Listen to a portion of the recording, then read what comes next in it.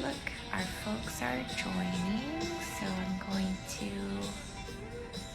invite Helen and Sean Dugar.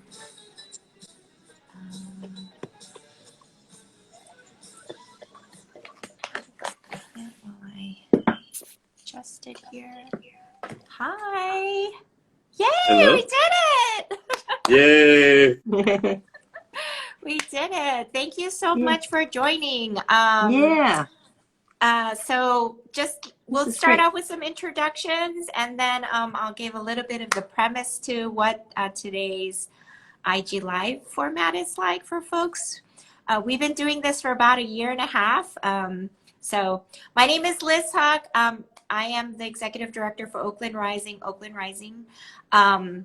Action. But today we're here with our Oakland Rising hat on, and we're going to be talking to folks about ranked choice voting, because it's so important when you all are getting ready to vote. We are, if y'all can see my sign, 49 days till elections is over. Mirror image, so we have to read mirror image, Liz.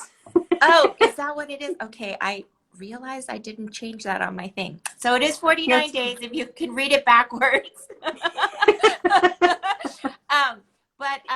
And now the format of elections has changed so much, right? With the mail-in ballots and everything. So we don't like to say election day anymore at Oakland Rising. We were like, the elections are over on this day, because actually we have about 2 weeks of voting that happens because of some of the changes to mail-in ballots, and then also to give more accessibility for voting.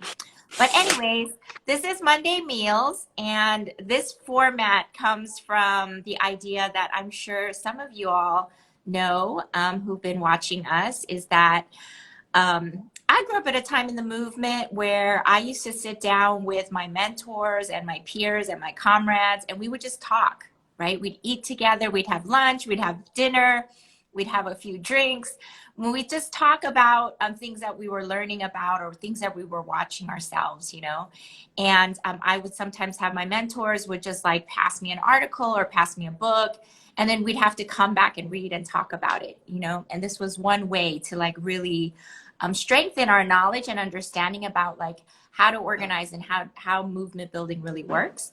And then the name Monday Meal comes from a time when I actually was doing a little bit of a side hustle where I was making meals all day on Sunday, and then I would meet up with people on Monday, and you know, I would give them their meal, and I called it Monday Meals. And then I inevitably got to check in with people, like, how are you doing? And I got to check in with them. So this is morphed into that. So we always ask 2 questions of all our guests. One is, what are you having for lunch? Because we want to know our people are eating, and I need to know that my people are eating. And then 2 is, because this is about nourishing yourself, it's about nourishing your mind, your body, your heart, your spirit.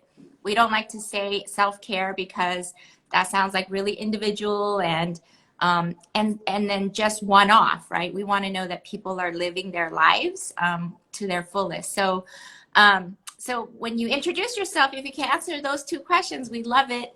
Because today we're going to be talking about ranked choice voting. We have 2 amazing guests, Helen from League of Women Voters Oakland, and Sean. Remind me of the organization name, because I feel like I didn't memorize that. I apologize. It's okay. It's a long one. It's the Collective of Organizers for Reformed Elections.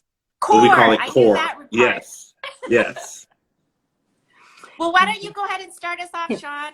Tell us, introduce yourself again, and then just tell us what you're having over lunch and how you nourish yourself. Awesome. Hey, everyone. I'm Sean Dugar. I am the founder and president of CORE. I also work in the ranked choice voting space.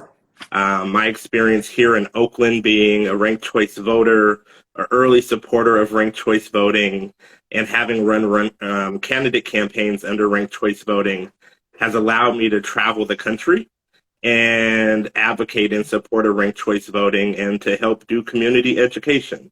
So most recently, I ran the public education campaign in New York City, where they used ranked choice voting for the first time. So ran that campaign where we had materials in 20 different languages and reached 3.3 million New Yorkers, informing them on how to fill out their ballot and how to rank. And currently running a campaign in Washington, D.C. to see ranked choice voting get passed. Amazing. So this is What are you something I'm having for passionate lunch, about. Sean? I am, after this, going to get some ramen down the street because Hey, it's kind of a ramen type of day. I heard that. And Yeah. what do you do to nourish yourself, Sean, on a daily? I think just taking out personal time, even if it's 10 or 15 minutes, to just kind of center myself, to ground myself, to stop thinking about all of the multiple things that are going on in life and just relax, I think is really important. That's great. I like that. I really like that because it's an active thing that you have to do, right? You have to like say to yourself, we're going to chill out right now. Absolutely. Yeah. Yeah. How about you, Helen? Why don't you introduce yourself and then tell us what you're having for lunch? Sure. I'm Helen Hutchinson, and as Liz said, with the League of Women Voters here in Oakland, I also am a longtime ranked choice voting supporter and voter. And what I'm having for lunch today is going to be some leftovers. It's my very favorite lunch. I plan dinners so that I can have them the next day for lunch. I love that.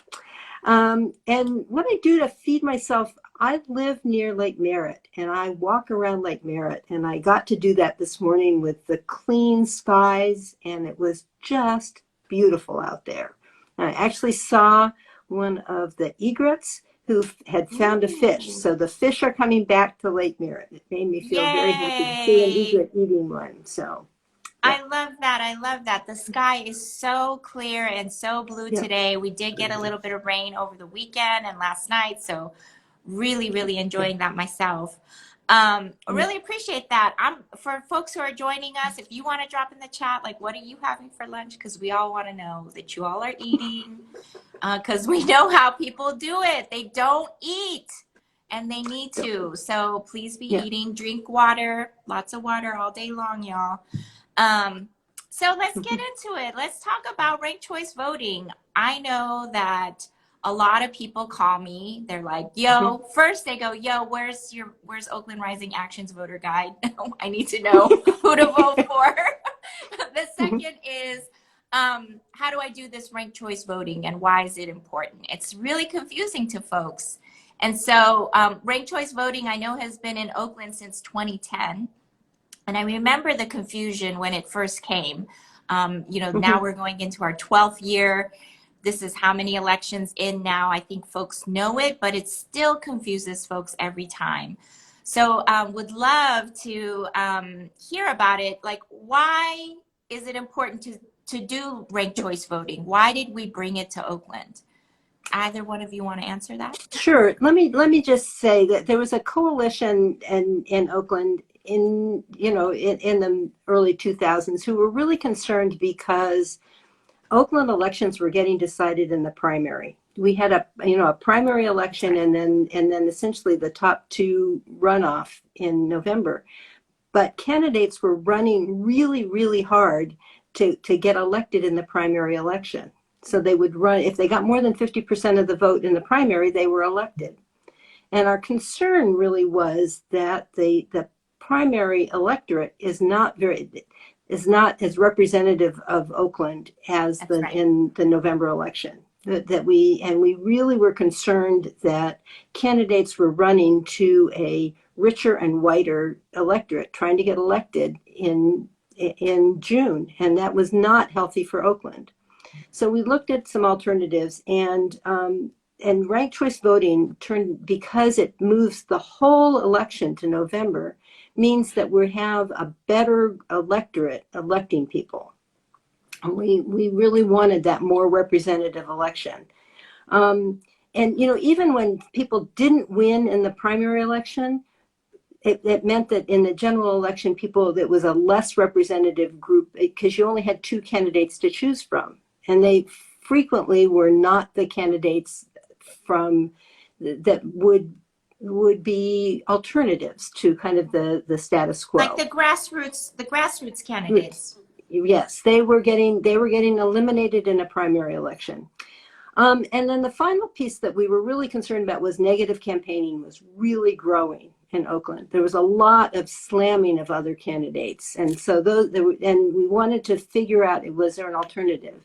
And with ranked choice voting, we had a system that meant the election was going to happen in November, which was great. So the whole election happened in November. You had a multitude of candidates, and it doesn't work well for candidates who just engage in a lot of negative campaigning.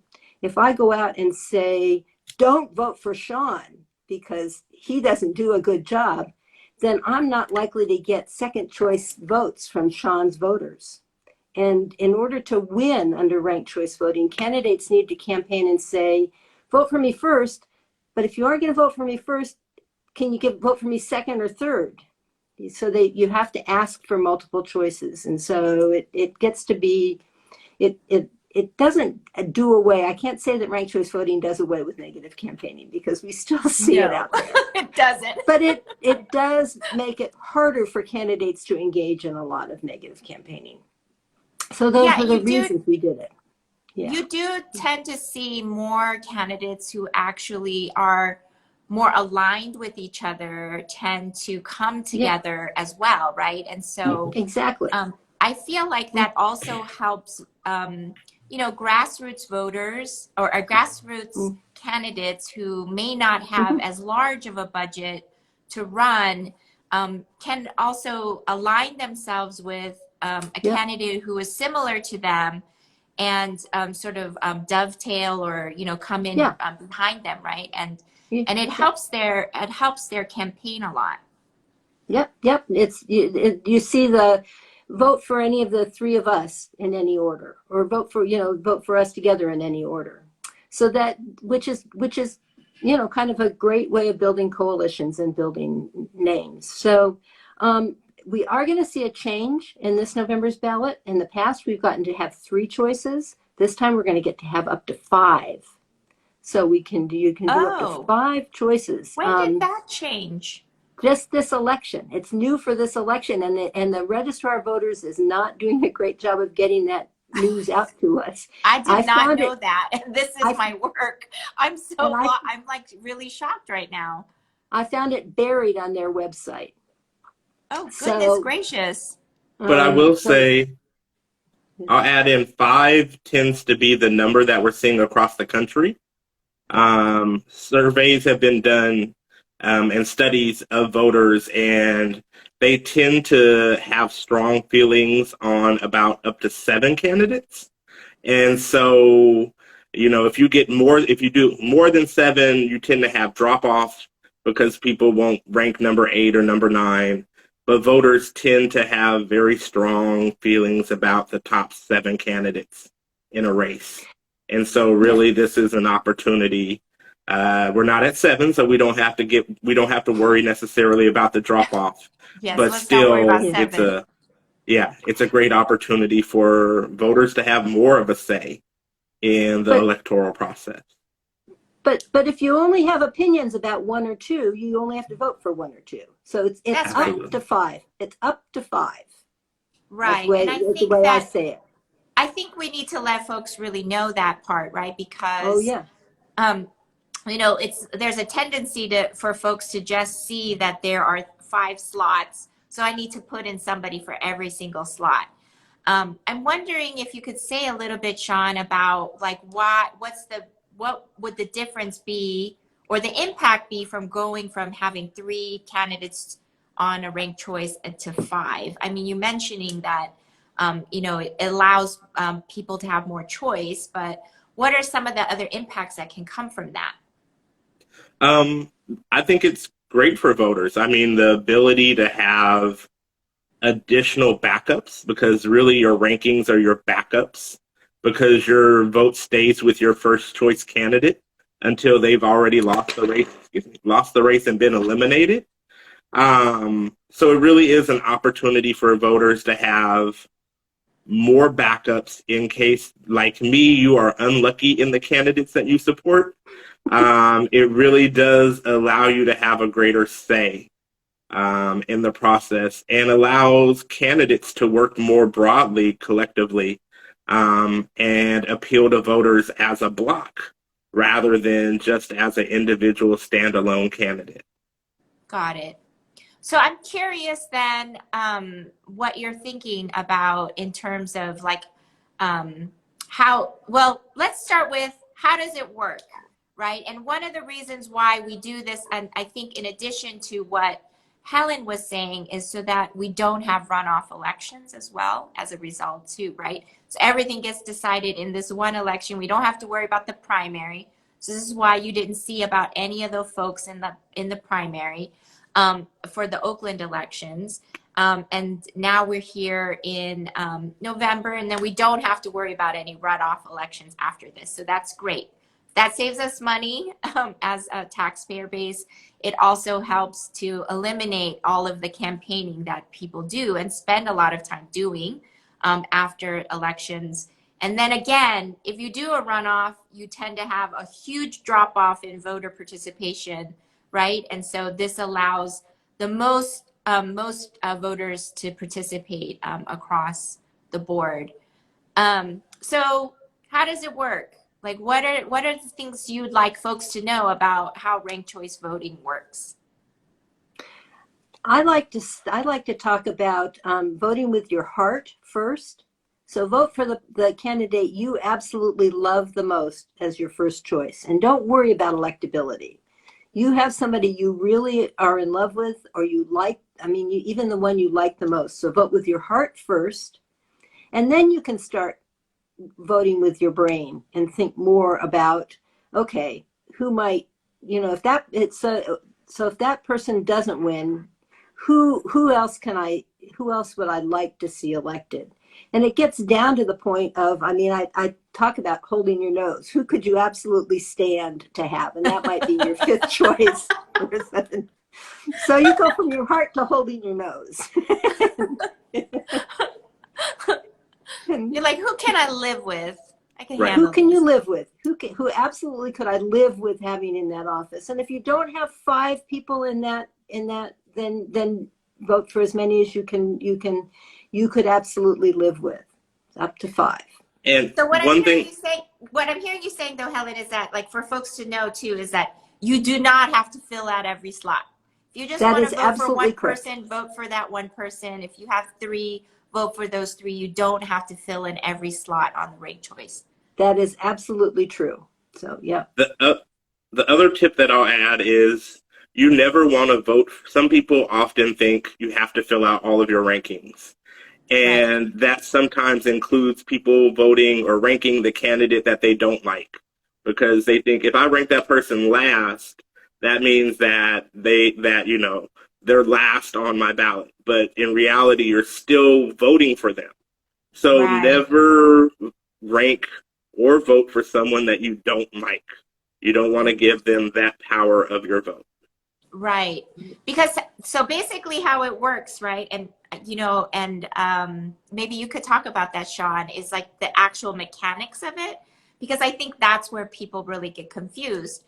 So, what we do know right now up until this point is that you all have said that we're saying is that don't, choose with your heart and choose to the person that you're willing to live with.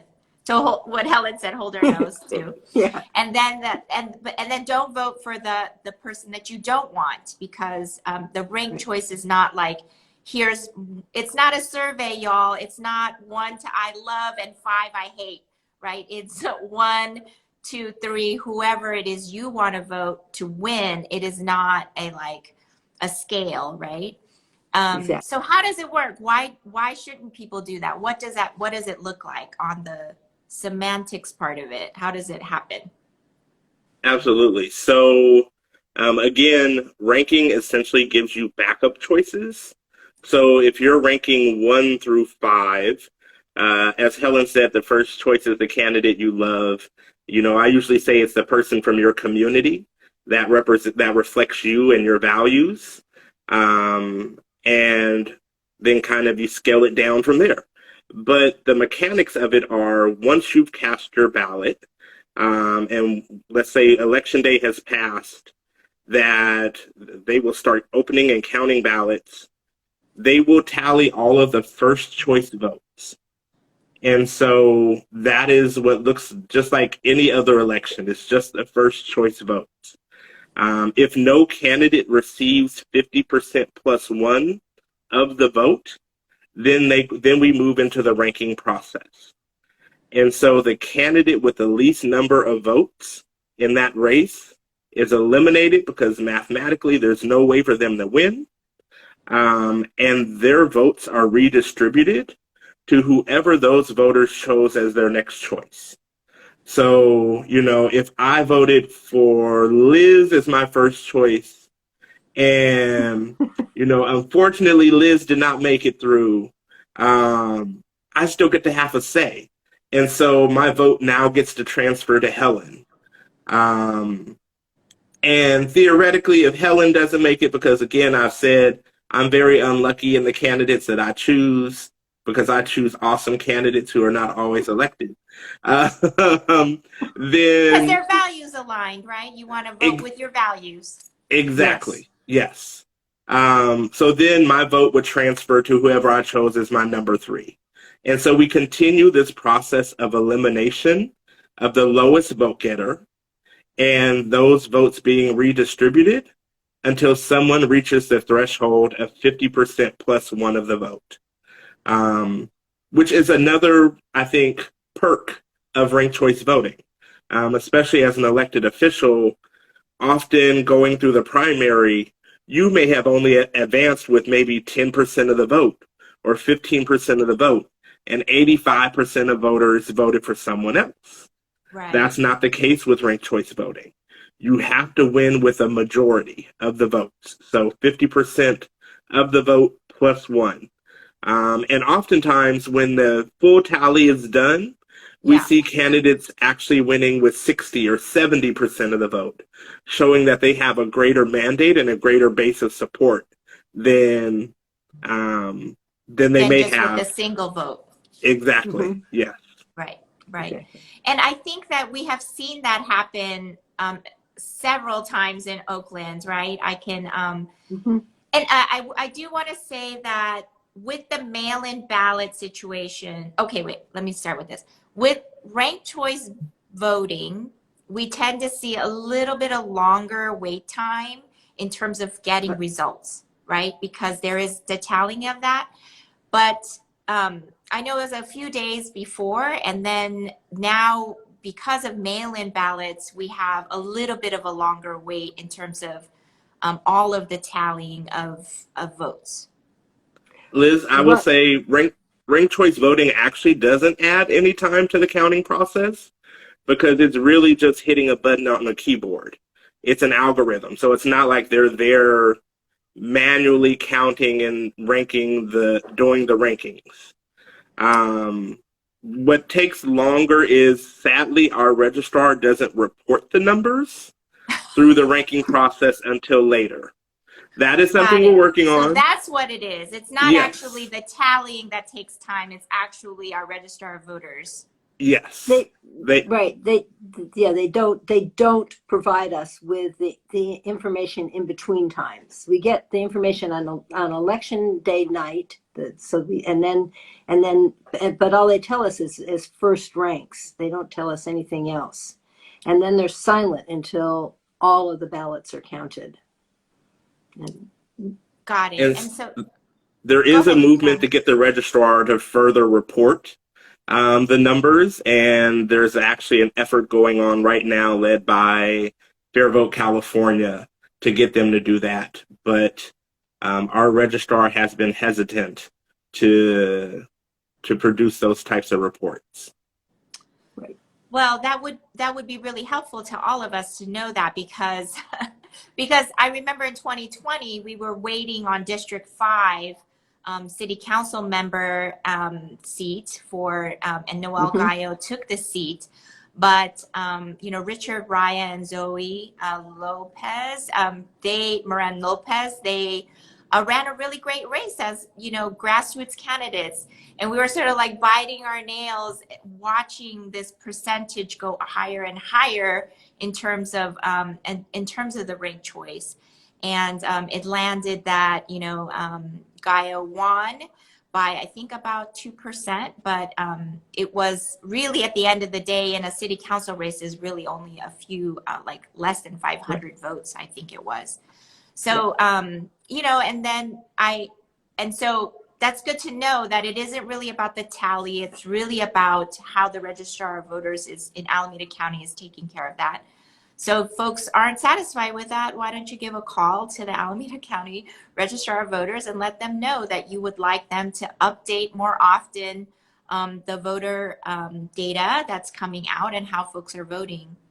I think one other big concern that folks really have is that oftentimes, you were saying, Helen, at the beginning, that people don't go negative. But what I've seen in Oakland happen is everybody but so-and-so. And so exactly. Ranked choice voting becomes a targeting tool to go after folks, and can really actually put people, and then on the flip side to that too, is then you end up with folks that actually really aren't that popular, and then can do some really damage to the city, because their politics are actually very different than yours, right? And so wondering if you all can talk a little bit about that. The first one is about the everybody but campaigning that happens. So I said that it reduces the amount of negative campaigning. It doesn't eliminate it, and you're right, the anybody but campaign is that form of negative campaigning that remains. It is effective. I would say we've gotten people elected using that kind of campaigning. So I don't know how we eliminate it entirely. I mean, Sean maybe has some more ideas. Well, and I want to take up the latter part, the latter question. If a voting system is a good voting system, it's neutral, right? It doesn't support progressive candidates. It doesn't support moderate candidates. It doesn't support conservative candidates, because voting should be up to the voters. It shouldn't have a bias built into the system that we use for elections. Ranked choice voting does allow for greater representation and voices. In New York City this last year they used ranked choice voting for the first time in their mayoral primary election, and went from never having had more than 15 women on their 51-person city council to having a 31-woman majority, with the overwhelming majority of those being under 40 and women of color. Las Cruces, New Mexico, the first time that they used ranked choice voting, saw the average age of their city council drop by over 40 years. Conservative areas like the heart of Mormon country, Salt Lake City, they used ranked choice voting the first time last year and elected their first majority out LGBT and people of color city council. Even here in Oakland, prior to ranked choice voting, we had never elected a woman mayor. And so ranked choice voting levels the field in that sense. But when it comes to ideologies, it's really just a neutral system. And it's up to us as people who care about representation and who our elected officials are to make sure that we hit the ground like you all do at Oakland Rising Action, to make sure that we are getting candidates elected who represent our values, who reflect our values. But I don't know that ranked choice voting has a positive or a negative impact on that ability. I think that's really good to know. I know a lot of people, on the campaign side that do a lot of strategizing around it, right? Like how to utilize this ranked choice voting as a strategy. And we're already starting to see a lot of candidates kind of team up together, right? that are aligning themselves. I know across OUSD school board races and even some of the mayoral races, we're seeing folks like come together and be like, this is the team to vote for. And it's a different tactic than like the don't vote for this person, like anybody but I also know that that's often used as a tactic, as a strategy to winning somebody in. And we've seen, although we've seen, you know, we've been able to see, like you said, Sean, that for the first time with ranked choice voting, we were able to have a woman mayor here in Oakland for the first time. And that was really big. And then, like you're saying also, is that it does not field for ideology. It does oftentimes, though, tend to these types of electoral changes or to our electoral process, changes to our electoral process tend to favor grassroots, people of color, poor folks, working class people who want really the change to see that they can see happen in their city, and then favors more less to the incumbent and more to new candidates. And I think that's really interesting to see that that's what this does. Absolutely. Yeah. So folks, you are about to get your ballots in the mail soon. We are coming up very close. I know that according to the Registrar of Voters, they will be mailing out the ballots at the last week of September 28th. So usually takes about a week to 10 days to get to your ballot box, to your mailbox. Go to your mailbox and then, but you can't actually start voting until October 10th. So that's the first day that they'll accept mail-in ballots and they'll start counting them. You could send them in early, but they won't start counting them till October 10th. And then from then till the end, on November 8th, they'll continue to count ballots as they come in. And what you should know is that during that 2-week period prior to the election being over, prior to November 8th, there will be voting stations, right? Voting centers, that's what they're called. Yeah, so they're no longer like these small precinct polling stations or polling centers that are just like specific to your neighborhood. They're a little larger because the scope has changed a little bit. So you can go and vote at any time. I believe tomorrow is the last day to register to vote. Is that right? Technically, November 8th is the last day to register. I mean, to get the ballot, right? To get your mail-in ballot, you need to get registered by tomorrow. Yeah. Yeah, but you can vote at any polling center. Like you can walk in, you can go to anywhere in Alameda County and say, I am an Alameda County resident. Please give me a ballot. They will give you what's called a provisional ballot. So it gives you the basic stuff, so the state and the city, but it doesn't necessarily give you your very specific district stuff. So, you know, it's better if you want to be able to have a voice in every seat that matters to you and you're most impacted by, then you want to make sure that you register vote by tomorrow. But you can register on the day of elections and you actually don't need your ID to do that. Right. And I would just add, you can always go to the Registrar of Voters, which is in the basement of the Alameda County Courthouse in Oakland, and get your ballot there, and they will include your city council races and all of your local races. That's right. I forgot to mention that. That's good. That's good to add that, because so if you can't go, if you don't go to a ballot polling center, you can go to that, and that the county courthouse is at Fallon Street, right by the lake. You all should know that. And then that's also one of the locations that you can do a drop off of your mail-in ballot. So you could put it in the mail. You can also go to ballot boxes that are all over the county and the city, and you can go to Alameda County Registrar of Voters to find where that ballot box is, so you could drop it in there. They also have like mobile polling boxes, ballot boxes, that they'll go to different locations on special occasions. And we've done that before as Oakland Rising partnered with the Registrar of Voters to have them bring out a ballot box and have folks drive up and drop off their ballots. So that's also something to keep a lookout for, because we're hoping to try to do one of those again.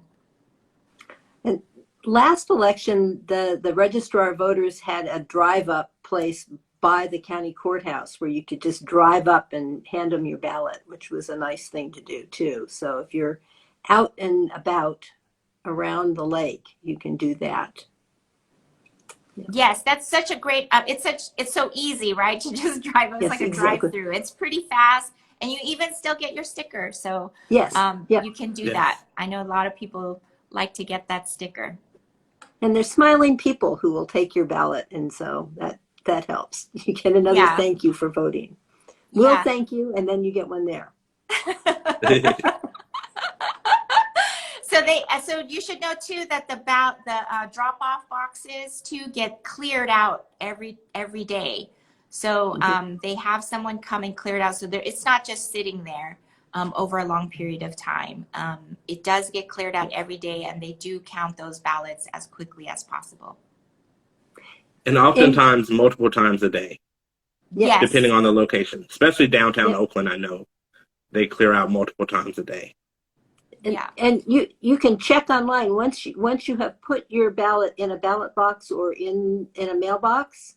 You can check online, and they will tell you where that they've received your ballot, or and counted it. Yeah, they track your ballot, right? Yeah, they track it. Do you remember if you have to check that off on your ballot when you mail it in? I can't remember. I don't think so. I think it's done for all of them. It's automatic. You just keep the receipt at the top of your ballot. Got You it. tear off the receipt so that you have those, and that includes your number. Yeah, and if you do include your phone number or your cell phone number as part of your voter registration, you'll actually get a text to tell you that that's happening, and there's a tracking system happening. Yeah. Well, I wanted to see if there's anything else you all wanted to add about ranked choice voting. We're so grateful to you both for coming on and talking about it. Wondering if there are some online resources that you think that you can like point to folks to go to so that they can, I know it's still confusing to maybe verbally hear it. So maybe if folks want to watch a video, because there's lots of cute videos out there. And if there are other places that folks can learn more about ranked choice voting and how to use it. So I being a League of Women Voters person, I need to say you need to use votersedge.org, because that will give you everything that's on your ballot. So votersedge.org tells you everything that's on your ballot, and it gives you unbiased information about it, and the candidates can give information there. So we've got that coming up, votersedge.org. And then Liz, I sent you the link to the video that I particularly like about how the ballots are counted. Sean may have something too, but it's a really brief video about how the ballots get counted in ranked choice voting. Liz, and I think this goes to one of your earlier points. Mm-hmm. As voters, I think it's good to know how your ballot is counted, but you shouldn't worry too much about it if you don't understand it. As long as you know how to fill out your ballot and how to do your rankings, the rest is pretty automatic. So there's not a lot of human error there, because it's not like people are in a room counting your ballots and trying to figure out the rankings. It really is done by software that has been tried and tested and is trusted, is not hackable, all of that stuff. So it's more of an automatic process. I just imagine someone standing there like actually using Post-its and tallying on a wall. So or shuffling ballots into piles. That's the other thing. Right. It's happened. No. So in New York, when they had some special elections that used ranked choice voting prior to the citywide race or election, and they had not validated the software yet to count the votes. So they actually sat in a room, and each ballot in a basket for who the vote was for, and then you would see like the individual ballot go across the room to somebody else's basket as they were going through the process. It was actually very cool, and it was good for people to see, but once we got to, you know, millions of votes, that was very different, and the computer software did that in a matter of minutes for the 600 candidates that ran in that election. So it's good to know about how the process goes, but if you don't quite understand it, that is also okay. So I will give two websites. One is calrcv.org. That is the California Ranked Choice Voting Coalition. On that website, there is a mock election that you can use. So you can go through the ranking process. I believe currently it is the mayor of Supertown. And so it includes superheroes and villains and, you know, a good mixture of folks. And there you can practice your ranking up to 5. For more information just generally on ranked choice voting, fairvote.org is another great resource. And they have all the data you could ever want on ranked choice voting, including how it's impacted us here in the Bay Area. Those are the two. Excellent. We'll put we'll try to put I pinned the video so that folks can watch that, but you definitely go to all of that. We'll be sharing this out, and we'll put it in the comments so that folks can also see that. Really appreciate you all. So what you all should know, walk away with, is vote with your heart, vote with your values, and then up till you can hold your nose. Exactly. And then after that, you don't have to vote, or don't write down or choose the folks you don't want, right? Just the people that you want, and the up to the people that you're willing to live with. So that's important to know. So even if you don't know how all the algorithm works and everything, this is an important piece. And so you don't get too confused about that. But Oakland Rising Action, our sister organization, is going to be putting out a voter guide. So check out that at some point. Check out League of Women Voters. Check out CORE. Check out oaklandrising.org. And if you'd like to donate, oaklandrising.org/donate. I really appreciate you for joining us today. And thank you so much, Helen and Sean. I super appreciate you both for this because it's so helpful to hear from you both. You know, I would call you both experts on this. Well, no, thank you for the opportunity to talk about it. I love talking about all of these kinds of things around elections. So it's nice to have it. And it's good to see you, and it's good to see Sean. Absolutely. Thank you so much. Well, go enjoy your lunches now. I know you're going to go eat that. So so take care, everybody. Have a great day. I appreciate you. Thanks. All right. Bye-bye. Thanks. Bye.